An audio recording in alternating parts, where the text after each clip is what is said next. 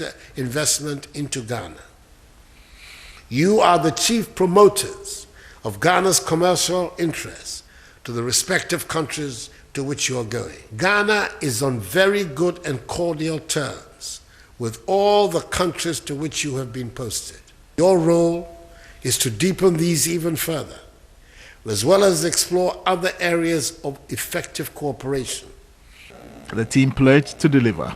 My colleagues and I would also be expecting that the general Ghanaian population would also support us.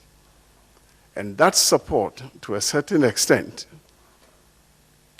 ought to be translated into the fact that our behavior would make it possible for the nation to carve a certain kind of respectable image in the countries that we are accredited to.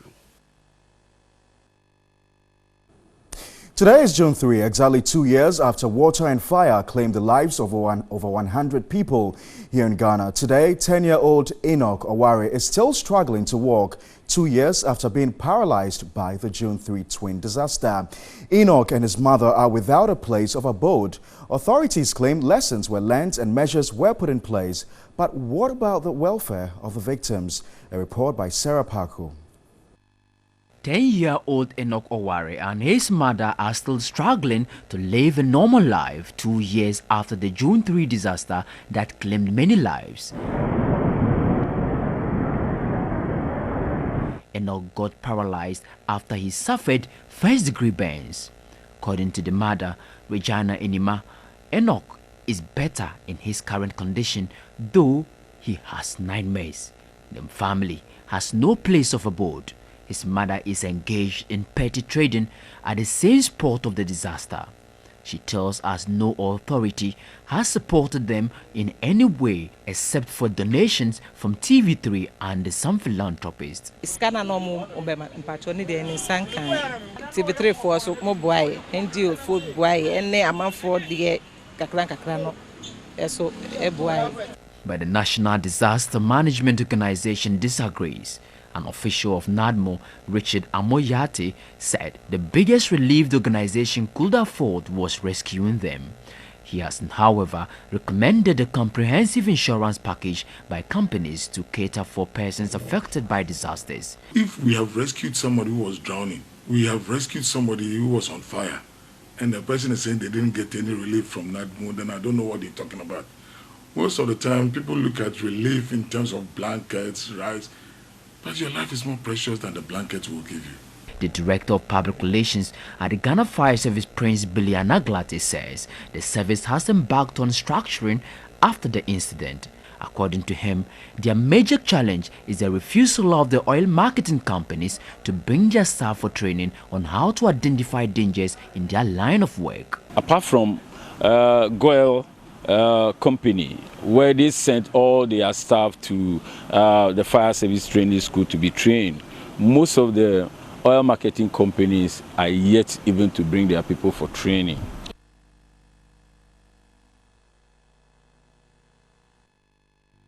In other news, fisherfolk in Sekondi have declared their unflinching support for the fight against galamsey. According to them, galamsey activities in the Pra River have affected fishing in the area. The polluted Pra River, for instance, has turned the entire seawater in this estuary at Shama in the western region to brown.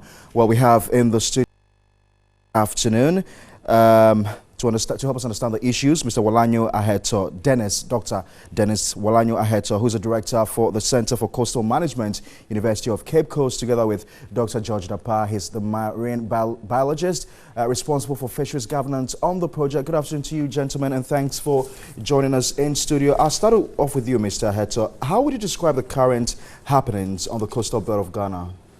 Yeah, Pakwesi, good afternoon to your listeners, and thanks for inviting us to the studio to discuss this passionate issue.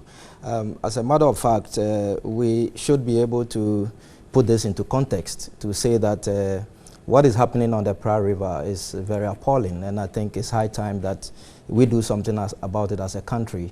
Otherwise, we will see things not going in the right direction. We should also be able to draw a clear linkage between destruction of our water bodies and loss of revenue to the state.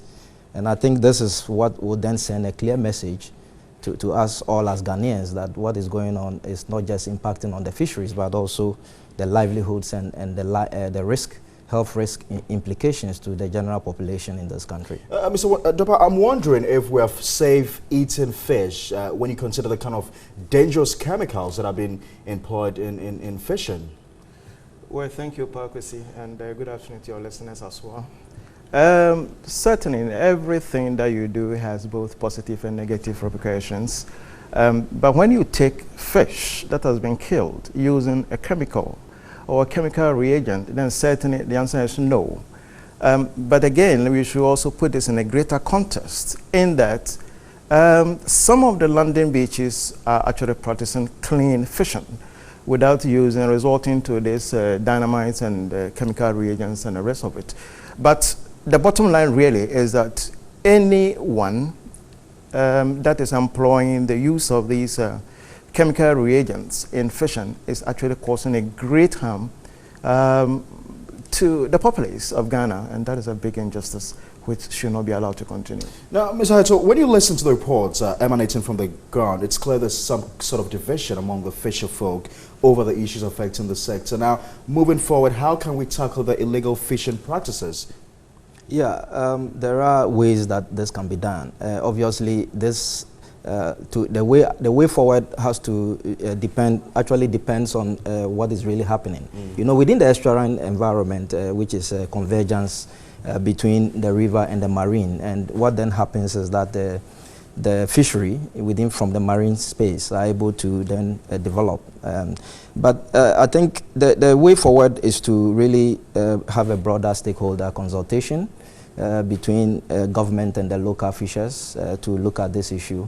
And I will also call for a complete stop to this galamsey activities, because if you look at what is happening, the sedimentation level in the water has really been one that is completely destroying the system, including the destruction of the mangrove environment. And I think that not just the Fisheries Commission, but some general enforcement of the regulations, not just for the fisheries sector, but also calling on the institution of the chief fishermen and the agencies that matters to bring this issue to a close. Mr. Dapa, will the galamsey approach, the approach which is currently being adopted by government, be a sure solution to dealing with what's happening in the fishing system as well? It might not be the entire solution to the problem, but specifically the answer is yes and yes and yes. Because what is happening is that, you know, people are putting in all these chemical reagents into the sea environment without actually understanding the biology, you know, behind it. There's a feeding interrelationship. So if you use a chemical reagent, it's not just the fish. You are really going into what we call the trophogenous cycle, the feeding interrelationship. In one way or the other, human beings are going to pick these things up, and these are carcinogenic things. So gradually, if this thing continues, what it means is that we are killing ourselves gradually. And so the answer, once again, is yes. Stop all the illegal fishings that actually are responsible for this type of illicit fishing. But are we as a nation oblivious of the dangers associated with this kind of fishing? It's very difficult to, as a nation, I'll probably say no. But the issue really is that, to a very large extent, those who are practicing it, no. And it is our responsibility to ensure that, you know, there's a national consciousness, awareness that this kind of thing that is being done is not right. And so we must stop it. I'm going to take final comments from you both gentlemen. Mr. Hato, I'll start off first of all with you as to the way we need to approach this in ensuring that, you know, we do not endanger the lives of individuals moving forward. Yeah, as has clearly been pointed out, just as we've been talking about illegal, galamsey, which is an illegal mining activity, there is also illegal fishing. And the two must be looked at in perspective. Because the galamsey going on is actually introducing lots of chemicals, including mercury, which in the long run is ending up in our food chain, in our food web systems, and eventually endangering our lives. Likewise manner in fishing, if you do fishing using illegal methods, including use of light, which then kills the fish and in shock, you know, it's really then destroys the fish. If you speak to the fishermen and fish processors, these fish do not really stay long on the market because they degrade very quickly. And so in perspective, these two must be looked at. Fishing and illegalities to do with mining and illegalities to do with fishing must all be stopped. Dr. Dapa, what should be the role of civil society? Well, there comes a time people must learn to say no. And I have to also say that in dealing with this menace, we should clearly distinguish between politics and partisanship. They are two different things. Talk about it, yes.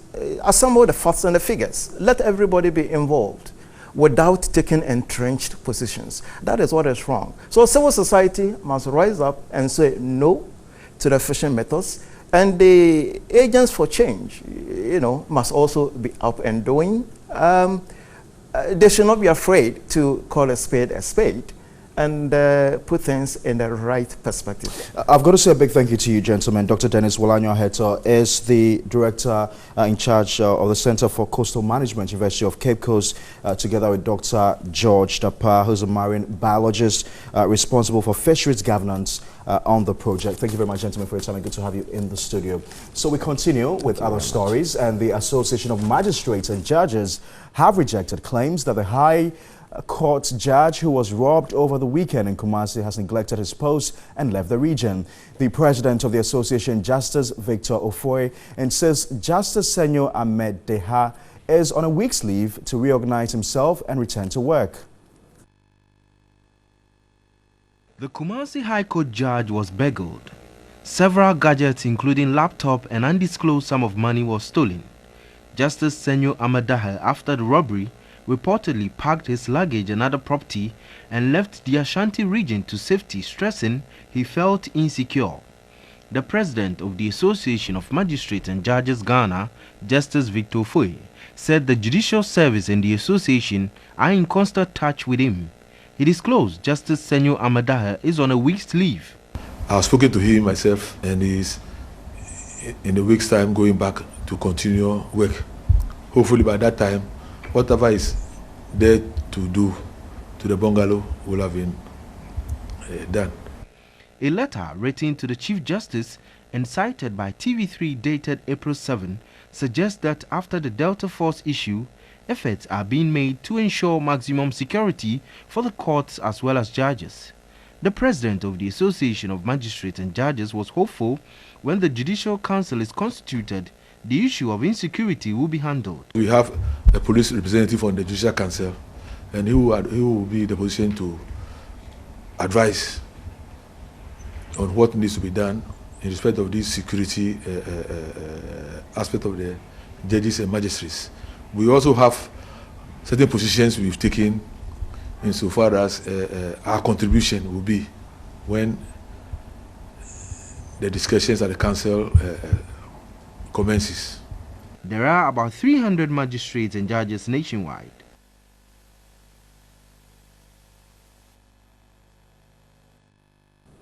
The Inspector General of Police, David Asante-Apietu, says individuals and groups of persons who attack and vandalize police property will face the full rigors of the law. The warning comes after some youth of Somenya in the eastern region vandalized property of the police in the area. Commissioning a police station at Ehia in the Bekwai municipality of the Ashanti region, the IGP entreated the public to join hands in curbing lawlessness. The newly established police station is targeted at reducing the increasing rate of armed robbery on the Anrian-Kwanta-Obuasi Road. David Asante-Apietu condemned what he referred to as reckless attacks on police stations in the country. Attacking the police station is synonymous to inflicting pain on yourself. Any person who will attack or support any attack of any police facility will be made to face the full rigors of the law. The IGP also warned police personnel who act unprofessionally will be dealt with in accordance with the police service regulations. I want to believe that as much as we entreat officers to be professional who will misconduct themselves in any form, the administration will deal sternly with them in accordance with the provisions of the police service regulations.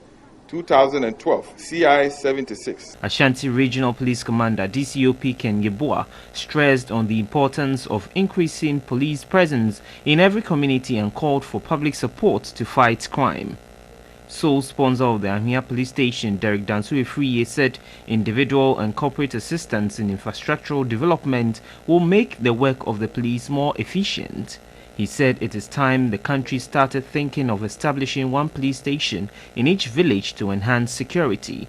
Dansu-Efriye also funded the establishment of a health center to bring healthcare delivery to the doorstep of residents of Ahmia and adjoining communities. Energy Minister Boakye Jaku has inaugurated a 5-member audit committee to help ensure effective internal financial controls at the ministry.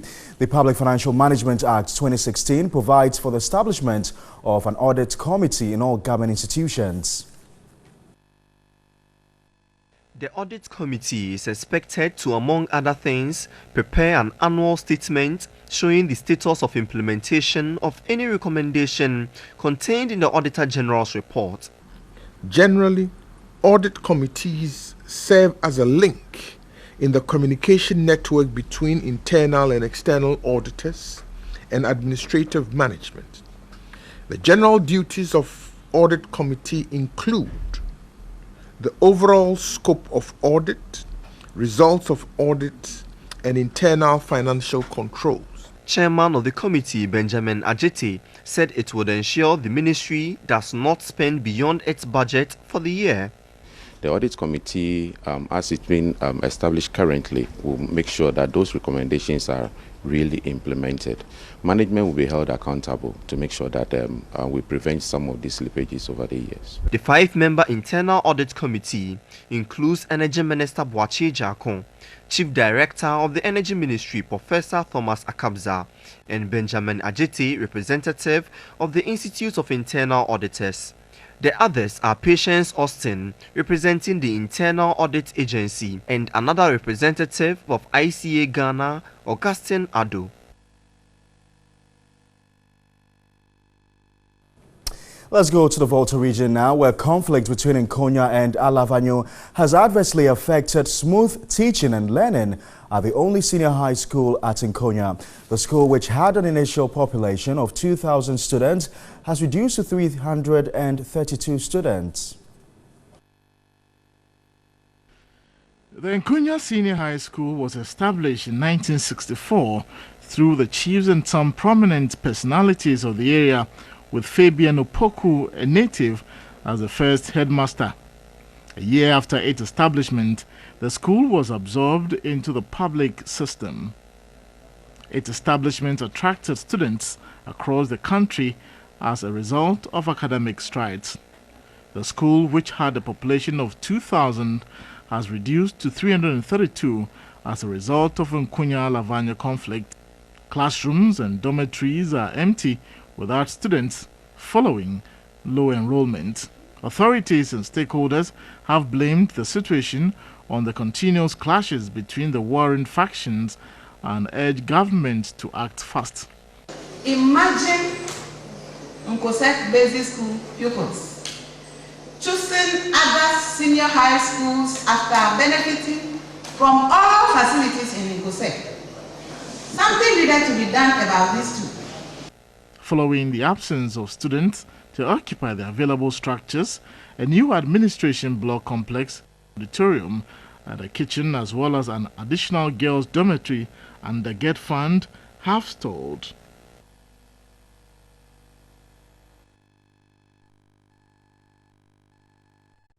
Minka Fojo says the fight against the fall armyworm might not be successful if chemicals are not supplied adequately for mass action.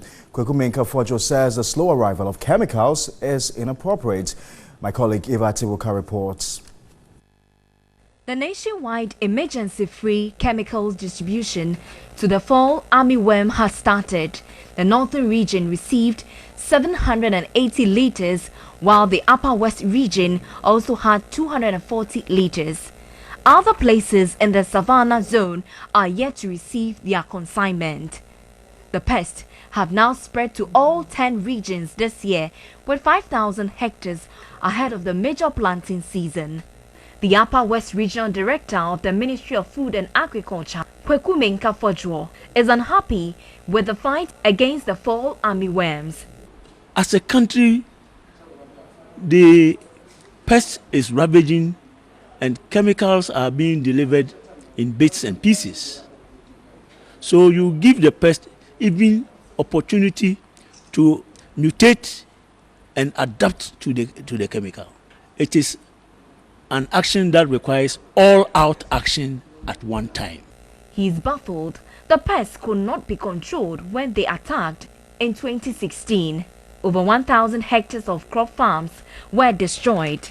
We are at this stage today, at least in the Ashanti, Brong-Ahafo regions and the northern part of Western region, because we failed to take action in 2014. If you do not prepare to contain pests, you should not throw up your arms crying when the pest breaks out. A report commissioned by the DFID estimates the pest will affect up to 500,000 tons of maize and sorghum in Ghana, with a projected value of some $163 million in 2017. Kweku Menka is struggling to come to terms with the absence of the emergency chemical reserve in the region. The worst is yet to come. Last year, the pest gave us a yellow card. We should not be surprised that this year, the pest is giving us a red card. And this has got everybody on his knees. He alleged the removal of the chemical reserve financing plan in some regions in 2014 has contributed to the current state of the fall armyworm infestation and wants investigation conducted into the issue. It is regrettable that in 2014, national strategic reserves that were in the region were removed or recalled for apparently no strategic technical reason. The director has, however, commended government for prompt response to the attack. You're still watching Midday Live on TV3.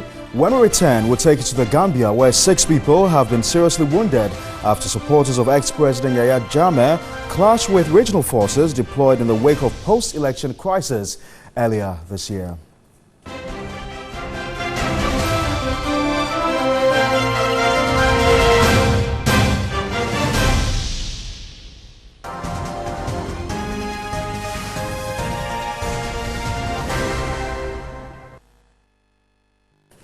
You're welcome back. Let's do some business. And Ghana and the Ivory Coast have agreed to provide discounts to indigenous companies for the processing of cocoa.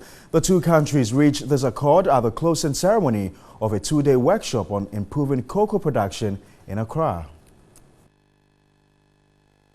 Discussions between the two countries also focused on expanding cocoa production and providing welfare packages for cocoa farmers. The two countries deliberated on reducing smuggling at the various borders and educating farmers on good farming practices. After the 2-day workshop, both countries agreed on the need to increase its share of cocoa production on the world market from 60% to 80%. Currently, global cocoa revenue stands at $120 billion, while Ghana and La Côte d'Ivoire, as the primary producers, receive less than $9 billion in revenue. However, both countries, as part of the agreement, have resolved to at least stabilize the world cocoa prices and reduce wastage in the system. The assurance given by the leaders of this committee is fulfilled. We will be in a position, if nothing at all, to be able to hold the price at where it is without having to reduce it. In the case of Ghana, the Minister of Agriculture, Dr. Kuto Fiye, assured of presenting a draft copy of the agreement to the African Development Bank to secure funds for the sector. Board Chairman of Cocoa Board, Hakman Owusu-Agyeman, underscored the need to provide a discount to indigenous companies which will be processing cocoa. Processing is very important. If necessary, discounts will be applied to those who are operating, indigenous companies operating within the countries. And so therefore, I expect those who handle the day-to-day affairs of cocoa, I expect that this would be done very, very quickly. Chief Executive of Cocoa Board, Joseph Boahene, spoke about plans to use electronic system to streamline cocoa operations. Response to sustainable demand for cocoa, and then sustainable production of cocoa, so that we can have a sustainable value chain. Now, less than 5% of Ghanaians own mortgages. Surprised? Well, that's according to a mortgage specialist with HFC Bank. The phenomenon, according to him, is because most people are unable to afford a house. In the following report, TV3 Business explores why owning a house has become such a big deal. According to a 2014 report by real estate firm Housing Data, about 85% of Ghanaians could not afford to buy a house. The survey found that worsening economic conditions have shot up prices of homes, with workers earning salaries below 4,000 cedis unable to buy a one-bedroom house on the outskirts of Accra. According to the report, during the first quarter of 2014, housing prices experienced an overall hike of between 18.5% and 25%, a situation many industry watchers have described as unrealistic. Charles Bonso is former general manager in charge of mortgage and consumer banking at HFC. He says less than 5% of Ghanaians own mortgages. There is high demand for housing units. The supply is limited. Incomes are very low in this country. House prices are very high. What it therefore means is that majority of Ghanaians are priced out of the property market. Vice President Dr. Mamadou Bawumia recently questioned the high cost of mortgages in Ghana, describing it as the highest mortgage-to-income ratio in the world. By this, Ghana tops the list of countries in the world whose citizens cannot pay for a mortgage, a situation he describes as worrying. Once you're funding mortgages, it's not cheap, it's expensive, definitely. Your interest rates will be high. Not until we're able to have very cheap sources of long-term funding for long-term securities, long-term debt, like mortgages, that is when really people can start getting good, mortgage products. TV3 Business will bring you more on the way forward and what can be done to improve on the system, especially now with the birth of a bank for construction. In other news, the Executive Secretary of the Chamber of Petroleum Consumers, Duncan Amwa, has challenged government to ensure that security agencies go after those who smuggle fuel, as has been done in the fight against galamsey. He indicated fuel smuggling in the country will not be curtailed just by policies and directives. On May 3, the Association of Oil Marketing Companies gave government a 48-hour ultimatum to act against the menace of petroleum black market dealers.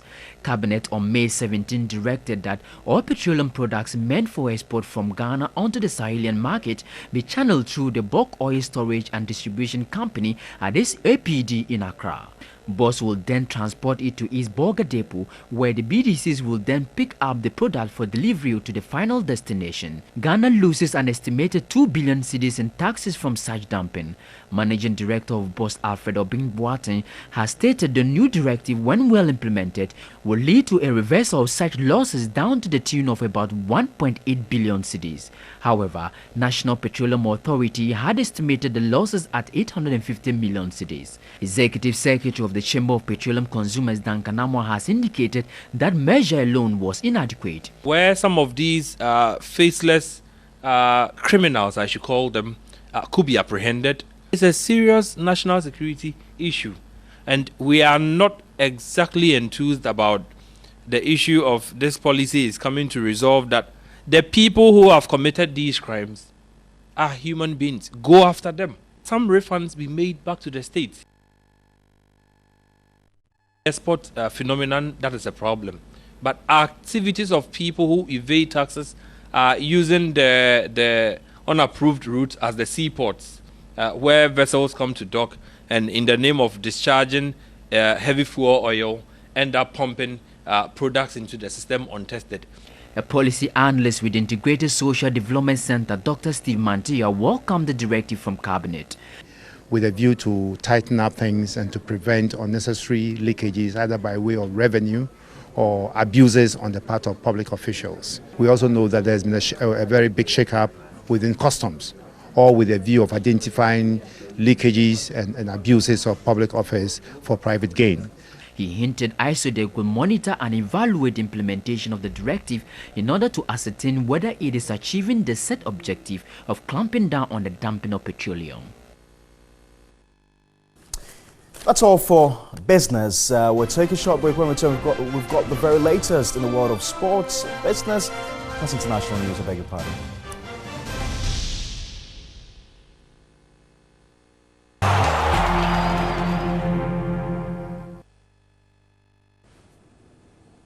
Hi, good afternoon. It's time to bring you all the latest in the world of sports with me, Thierry. Now, we begin with the Black Stars and the 3 of the training exercise with new coach Kwesi Appiah actually went on yesterday, and 7 of the players who have shown up so far have been excused to join up with their club sides as the Ghana Premier League continues this weekend. Among those who departed camp yesterday are Felix Annan, Joseph Addo, Winfrey Kobina and Samuel Safo. Only 12 players trained with Kwesi Appiah at the non-residential camping, and all 12 were foreign-based players. The entire playing body already in camp make up 19 of the 30-man squad invited for the AFCON qualifier against Ethiopia. Meanwhile, John Boy and Lumo Agbenyawu are the 2 players who have joined the boys for Friday's training session.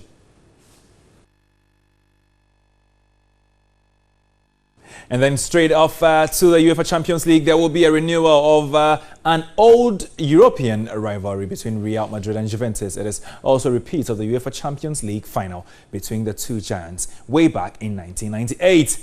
Now, we are going to be looking at that particular game because that game is happening tonight. Will Real Madrid seal a 12 or be the first club to retain the trophy? Or will Juventus and end their final hoodoo and win this particular mighty club title? The UEFA Champions League has reached the closing stage. Cardiff will be the center of attraction when 2 of the biggest teams in the world face off in an encounter that will spark major feelings for football fans. Real Madrid have already reached a record 15th UEFA Champions League final, but the Spanish soccer club are hoping to win their 12th title on Saturday against Italian side Juventus in a rematch of the 1998 championship match. Juventus are 6 times runners-up in the Champions League final and fell to Real Madrid 1-0 the last time they met in this situation. That was nearly 20 years ago, and Juventus have arguably been the better squad overall during Champions League play this season. The old lady won Group H after allowing just 2 goals combined in 6 matches. In the knockout phase, they outscored 3 opponents by a 10-1 margin en route to the final. We will determine, like always, like every other games, because it's not like we're going to play the finals of the Champions League, so there's some kind of different training that we're doing.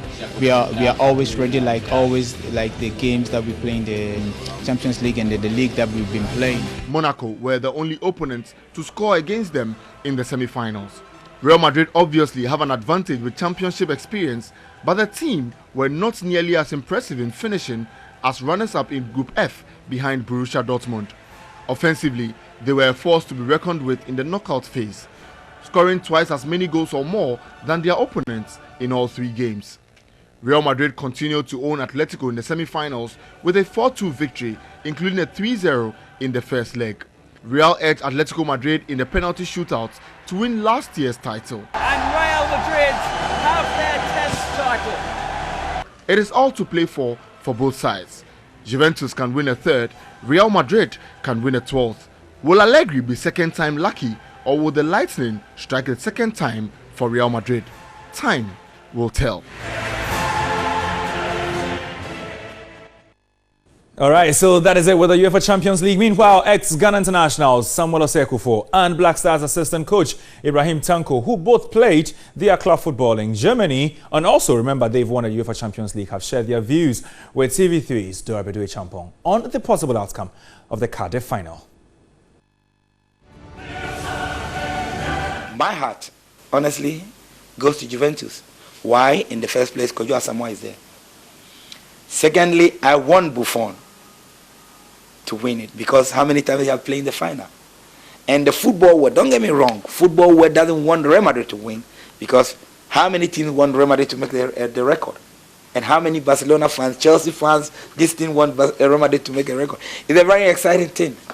But my heart goes for Juventus. I want Kojo Asamoah also to be the numbers of the Ghanaian players who have achieved that goal.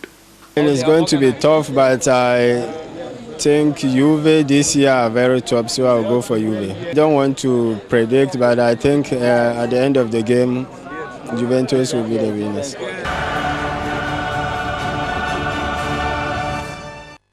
Away from Europe now, let's do some Ghana Premier League action. And matchday 17 is upon us this weekend. We are going to be seeing some titanic clashes in there. Brecum Chelsea are going to be coming up against the Diana Stars. Tema Youth will face Liberty Professionals. Michael Osei will be looking to see what he can do, in rejuvenating his side. Asante Kotoko will be looking to resurrect from that slump they have been in the past few weeks under new coach Steve Pollack. They come up against Tom Strand's Great Olympics. Bichim United will face Wild All Stars, the champions. Ashanti Gold won 2 seasons ago. They are struggling this season and they are already in the relegation zone. They play against the Bismarck Dwarfs. Elmina Sharks will face Mediama Sporting Club. They are the most informed side in the Ghana Premier League in the last 5 games. Now, Boga All Stars are also going to be shaping up against Inter Allies, and then Wafa, who were the leaders, now second fiddle to Ediana Stars, will be playing against Heart of Folk, who they lost to by 2-1 in the first round. Now let's do some Liberty Professionals, and Michael Osei, he happens to be a former Kotoko head coach, now the helm of the Scientific Soccer Lads, has been speaking to TV3 Sports' David Kofite, insisting his side are ready to rescue the slump. The Ghana Premier League resumed last weekend with exciting fixtures to kick off the second round after a short break. Major changes characterized the return of the league, with teams anticipating to excite their fans. As it is, this round looks to seal the fate of those battling for the ultimate, as well as those fighting to beat a drop into Division 1. One team that is hoping to escape relegation is the Scientific Soccer Lads. After they were thumped 3-0 at the end of the first round to Heart of Folk, they came back strongly to draw 1-1 away from home in their first second round fixture against the Phobians. The result leaves them in the 11th position. Newly appointed Liberty Professionals coach Michael Osei, who signed a 3-year deal with the Scientific Soccer Lads, has been tasked to steer the club away from the relegation zone in the second half of the campaign. Liberty are just above the relegation zone with 18 points from 16 games as they fight the battle to move away from their current position on the league log. Michael Osei reckons the real work starts now. We are trying to escape from the relegation because we are in the relegation zone, so it's better we work very hard and make sure that we come out from the position we are now. So from right now going, I think every point is very important. We play against Heart of Folk and we got a 1 point because us is a very strong side at the moment, and it's a good achievement to play against them and get the 1 point. So, like I was saying, every point right now is very important for us. So, I and my guys, we are working very hard and make sure that every game we get a point. Their next game is against Tema Youth, who they beat 2-1 in the first round, and will be hoping to maintain their dominance against them this weekend. He is confident of taking all 3 points against the Tema-based side. We are preparing very well because the Hearts game have given us a morale. So we are in confidence right now. So all we need to work very hard and make sure that we get a good result from it. All right, now away from that, the third edition of Sheikh Shaributu's Cup, which brings together various Zongo communities to compete in a one-day football festival every year to promote unity among the youth in the Zongo communities, has been launched. Dorabedo Champong has the details of this particular event. The Ramadan Cup has become an annual closing event of the Ramadan season and will be held on the 1st of July at the Kotobabi Wembley Sports Stadium this year. The launch was graced by Black Stars assistant coach Ibrahim Tanko, Swag Sports Personality of the Year Tony Bafo, and Black Stars defender Rashid Sumaila. It will involve 16 teams, up 4 teams from the previous editions. Bafo himself, a devout Muslim, says the gala is a demonstration of what football can do to bring communities together. Football is still a uniting factor, and that makes me very, very happy. A lot of unearthed talent from the Zongo communities.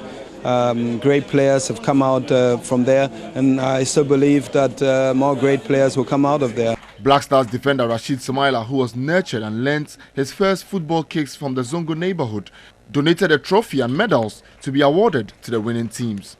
The Ghanaian professional who plays for Al Garafa has urged all and sundry to support the game, given the contribution of the Zongo community to football in Ghana. A guy from Zongo said, okay, I have to also give back, because they are the same people also behind us. When we are playing Ghanaians, they will expect a lot, so they should just keep on supporting us. As part of the package, the team that is able to beat the 2-time champion from Ashaiman will take the sum of 30,000 cedis, a trophy and medals for keep.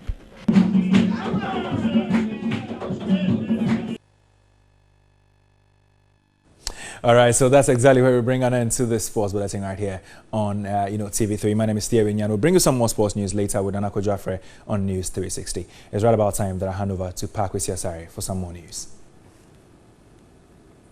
Thank you very much, Thierry. Let's do some more stories now. And a solemn ceremony to remember the 153 Ghanaians who died in the twin flood and fire disaster on June 3, 2015 has been held at the Baptist Calvary Church at Tadabaka in Accra. Deputy Works and Housing Minister Frida Prempe, who was herself stuck in her car that day, shared her experience with TV3.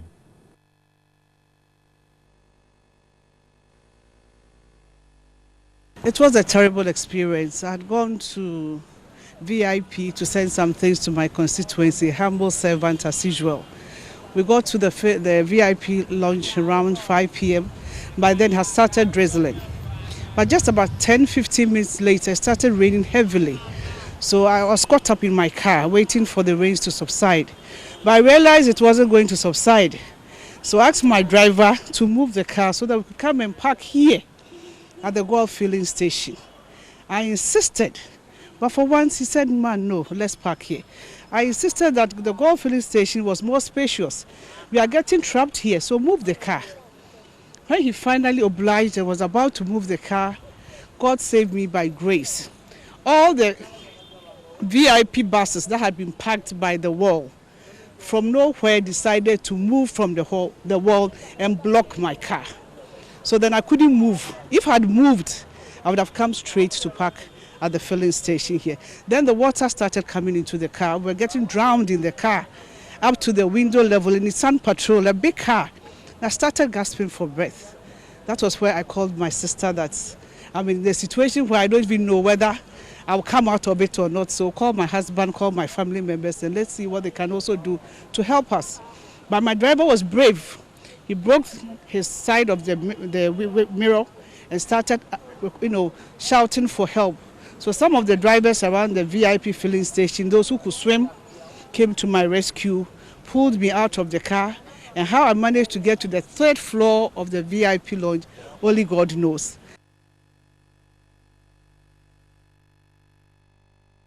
All right, so away from the June 3 disaster, let's move on to other stories. This time we're going to the Gambia, where 6 people have been seriously wounded after supporters of ex-President Yahya Jammeh clashed with regional forces deployed in the wake of post-election crisis earlier this year.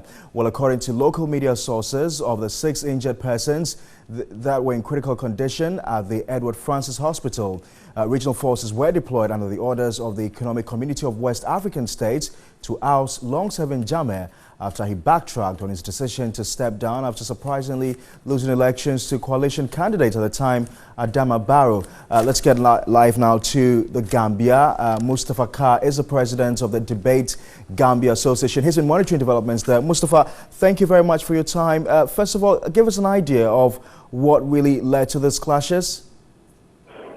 Well, thank you for having me on TV once again.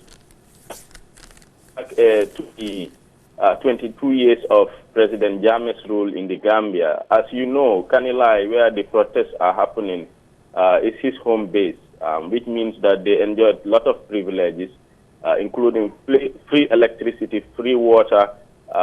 Most of the things that Gambians were paying for, they had for free. They had free education. So what is happening under this new dispensation is that they've asked the residents of the village to pay for all these things, all the things they were getting for free in the past 22 years.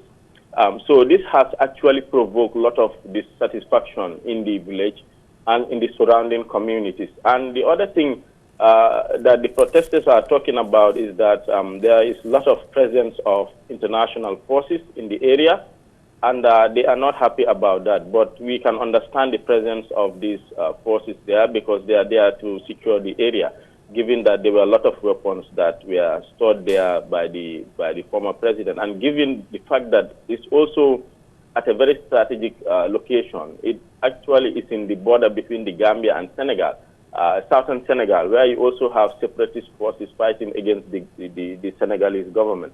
So these are some of the issues that led to the current clashes. Thanks very much, Mustafa. We understand 6 people have been seriously injured, but what would you say is the current state of affairs in the Gambia? No, I mean, there is general security. There is general security in the country. But what is happening is, you have, as I said, we have to understand the historical context that gave rise to the issue. Where you have a government, a dictatorial system of government for 22 years, in which people didn't have the opportunity to express themselves. Once the country opens up to democracy, of course, people will want to take that opportunity to express themselves in issues that matter to them. But there are also concerns as to the security situation in the country. We have small-scale theft and issues like that. But generally, the security situation is calm. But I think there also has to be concerted efforts from the government to engage stakeholders and to engage these aggrieved communities, because we may not agree with their stance on the issues, but we can, I think, have dialogue with them to try to settle some of these problems. We are not seeing a lot of efforts from the government towards that direction. Mustafa Kar, immense appreciation to you for those updates coming in from the Gambia. And Mustafa Kar is the president